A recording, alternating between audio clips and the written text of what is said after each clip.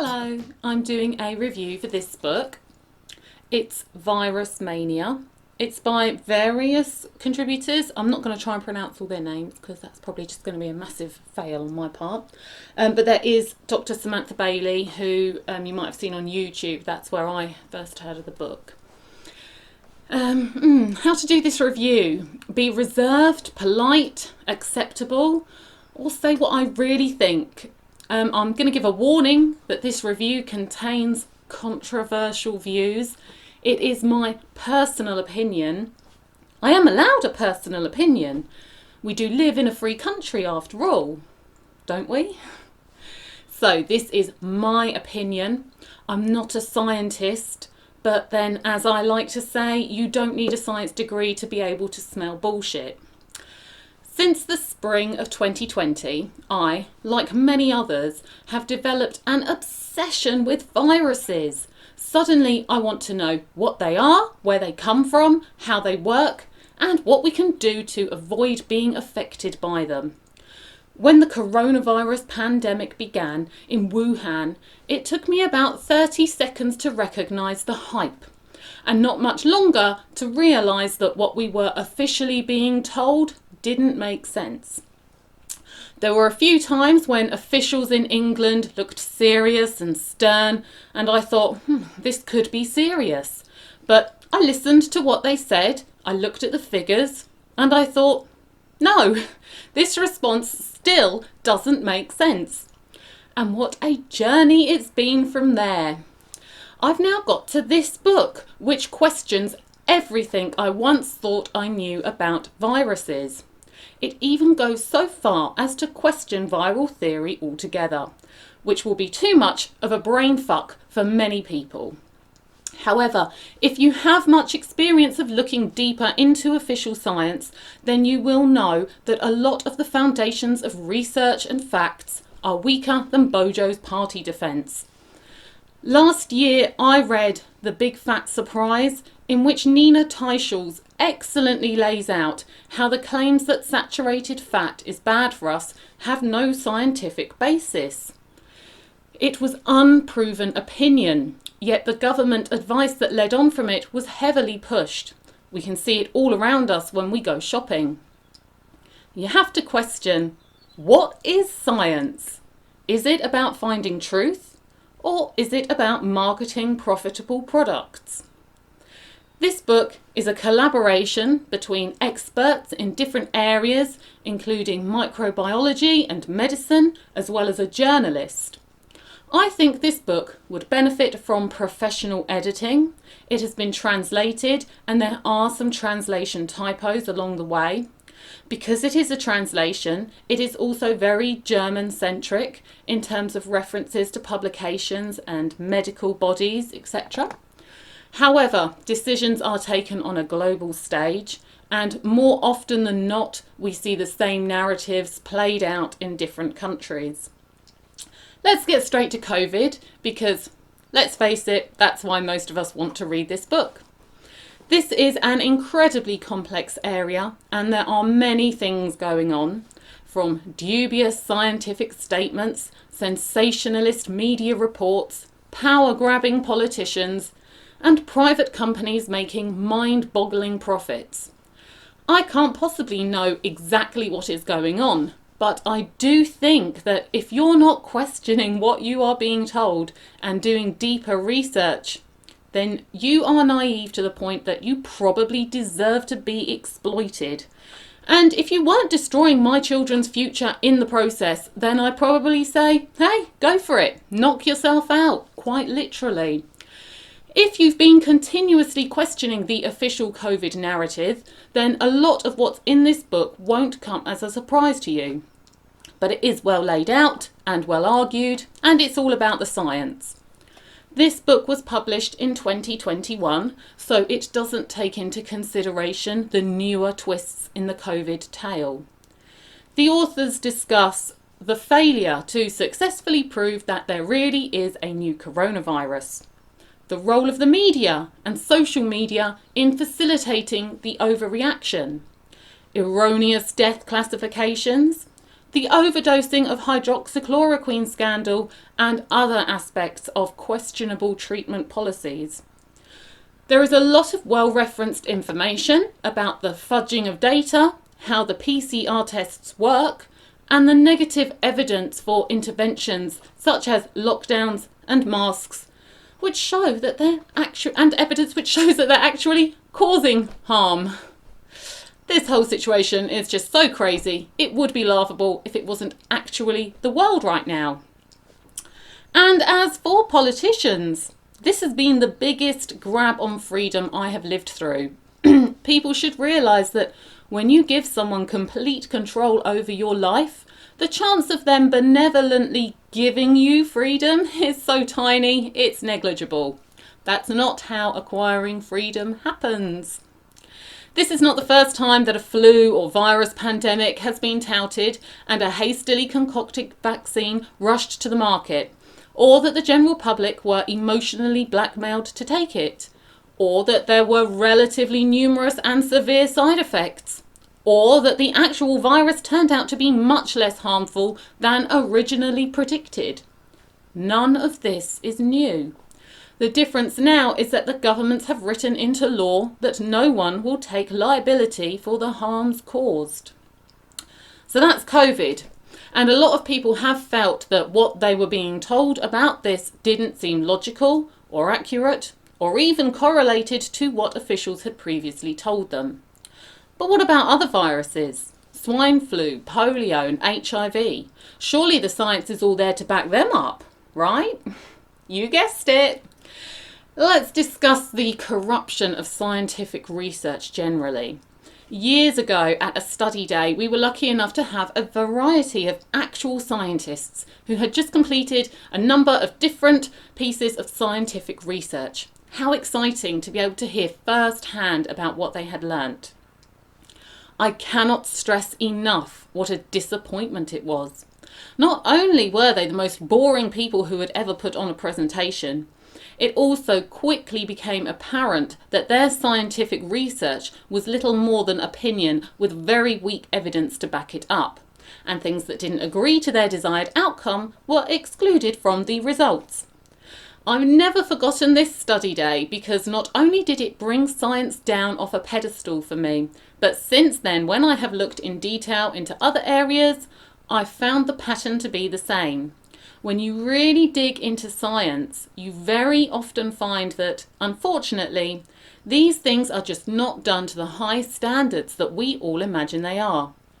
In fact, it can often seem as if scientists are nothing more than the snake oil salesmen of the past, or rigid, dogmatic, religious leaders of the further past, or the cloaked priests who claim to be able to control the weather with the right sacrifices of the even further past. Maybe we should consider that science may well just be the religious dogma of the day, and just as with the old religions, there is a disturbing amount of glory hunting and profit hunting, which can often take priority over truth hunting. The main premise of this book seems to be that there is a distinct lack of evidence for the viral theory. Viruses are so tiny and so intermingled with other things that they are close to impossible to isolate or view singularly. Modern virus theory relies heavily on computer programs that turn samples into numbers on a screen, and it becomes assumption based on assumption based on assumption. And when you dig down into what is under all those assumptions, you find a mass of living things that cannot be conclusively identified from each other. I don't usually quote from books that they've quoted from someone else, but this is a great one the authors have used from Thomas Cowan. So Cowan draws the following analogy. A group of researchers claim to have found a unicorn because they found a piece of hoof, a hair from a tail, and a snippet of a horn.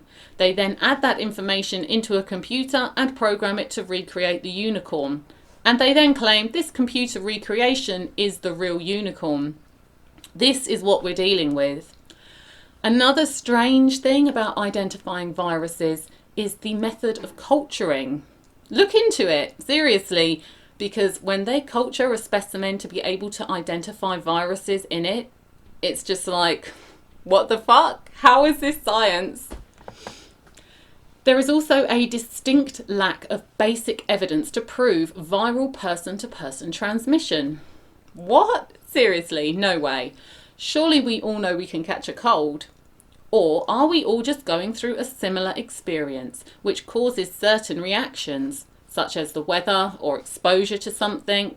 Or are we reacting sympathetically? The real truth is, as with much of what is going on here on Earth, we don't really know. Many of the animal experiments not only failed to show transmissibility of viruses, but were also completely gross and immoral. So what is causing the illness? Current medical thinking tends to take the emphasis away from personal health and put the cause of illness on the attack of fungi, bacteria, and viruses. However, these things are around us all the time. Current medical thinking tends to overlook the idea that it is our own health, including lifestyle, food, and environmental toxins, which affect our bodies and make them more susceptible to the fungi, bacteria, and viruses, which are always all around us. There is an emphasis on treatment rather than prevention through wellness. It is also often ignored that any medications given will have their own side effects, which may cause further illness in the future.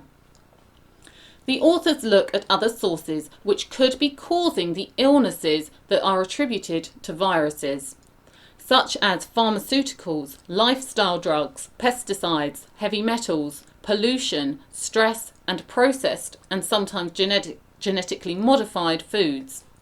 These alleged contagious viruses may in fact alternatively be seen as particles produced by the cells themselves as a consequence of certain stress factors, such as drugs and toxins. These particles are then identified by antibody and PCR tests and wrongly interpreted as epidemic-causing viruses. To clarify one more time, the point is not to show that diseases like cervical cancer, SARS, AIDS or hepatitis C do not exist. No serious critic of reigning virus theory has any doubt that people or animals are or could be sick. Instead, the central question is, what really causes these diseases known as cervical cancer, avian flu, SARS, AIDS and hepatitis C? Is it a virus? Is it a virus in combination with other causes?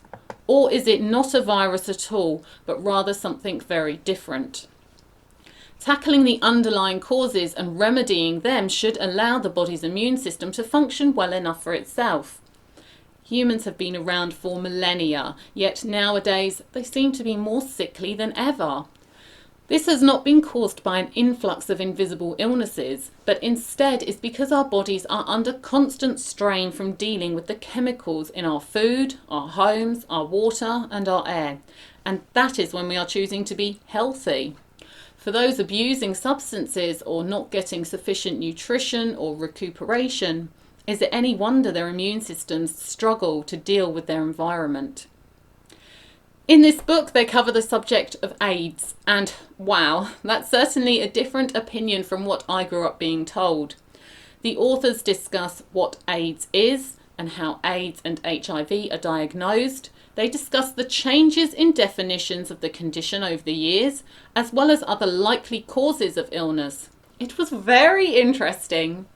Again, there has been no specific isolation or clear proof of a virus that causes illness. It is assumption based on assumption based on assumption.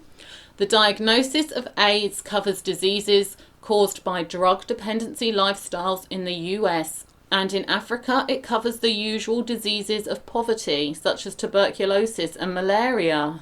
Is this true? And HIV diagnosis can be little more than a positive test for something which they can't prove causes disease. Surely this can't be right, especially when considering the treatments are highly toxic drugs on a par with cancer treatments, which can damage the immune system and may well bring on the fatal diseases of AIDS. This was particularly the case in the early days when very high doses of these drugs were given. Jesus, if that's true, think how many lives have been destroyed. the pain of disease that could have been caused by these very profitable treatments. So why do we all know about the HIV virus causing AIDS if there's so many scientists who dispute it? The authors say that, despite the evidence, the viral theory was more popular than the toxicity theory. Here we must consider that there is no money to be earned with the recreational drug-related hypothesis, which emphasises poisoning by drugs, medicines and other chemical substances like pesticides. On the contrary, prohibiting certain chemical substances would cause huge profit losses for production and processing industries, as well as the pharmaceutical, chemical, automotive and toy industries, and also for the media, whose existence is largely dependent on proceeds from these industries' advertisements. Surely it's worth looking into. The authors go through more recent virus scares one by one, debunking the myths and giving alternative causes for sickness, mostly environmental causes. Hepatitis C, SARS, swine flu, bird flu, fucking shove it up your arse flu. It's the same routine of media hype based on poor evidence with highly profitable toxic treatments that's played out over and over again. Seriously, is this the truth of the world we live in? The authors also discuss the majorly controversial subject of childhood vaccinations. They bring into question the whole claim of vaccine efficacy and explain that there is a lot of data to show that deaths from childhood illnesses were falling before mass immunisation, and that they fell more in line with the rises in living standards and improvements in sanitation. In other words, people were healthier, so they were able to deal with these pathogens without becoming seriously ill. There is also evidence to show that some of the illnesses thought to be caused by viruses may well have been caused by industrial products or other poisons in the food chain or environment. Therefore, they do not require immunisation. There is also a lot of evidence to show that some of the illnesses developed following the deleterious lifestyle effects of bad diet and chronic drug use. So why the fuck are we injecting babies against them? They discuss the HPV vaccine, which, until the COVID one, had the highest number of adverse reactions reported. Again, what is the HPV vaccine for? What are the genuine risks? What is the actual evidence? I'm sure I'm not the only one who expected the boffins and the authorities to look into this shit for us. But it seems they left that job to the people who profit from vaccines. The case for childhood immunisations seems to be flawed on almost every level.